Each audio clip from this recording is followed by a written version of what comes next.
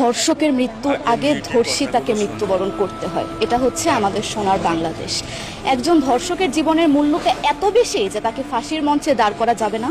আমরা বাংলাদেশে কয়জন ধর্ষকের নাম জানি যাকে কঠোর থেকে কঠোরতম শাস্তি দেওয়া হয়েছে, যারা ধর্ষিত হয়েছে তাদের নাম জানি, অনেক বড়। এই লিস্ট আসলে অনেক বড়, বলে শেষ করা যাবে না।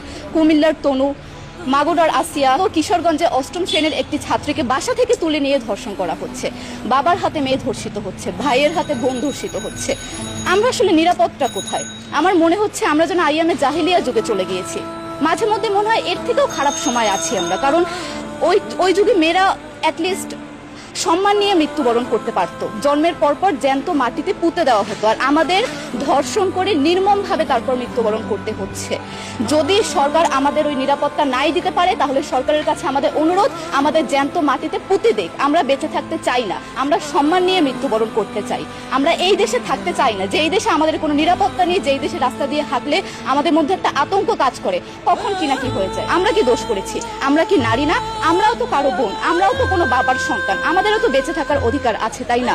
কিছু হলে মেয়েদের পোশাকের দোষ দেওয়া হয়। আমার কাছে প্রশ্ন, একটা 8 বছরের শিশুর মধ্যে এরকম কি থাকতে পারে যেটা একটা পুরুষকে অ্যাট্রাক্ট করবে, যেটা একটা পুরুষকে সিরিয়াস করবে? সেরকম হলে আসলে ধর্ষণ করা হতো সবসময় প্রাপ্তবয়স্ক মহিলাকে। কিন্তু আমরা আসলে পরিসংখ্যান গবেষণা করলে দেখতে পারি যে ধর্ষক সবচেয়ে বেশি করা হচ্ছে শিশুদেরকে, কিশোরীদের সবচেয়ে বেশি ধর্ষণ করা হচ্ছে।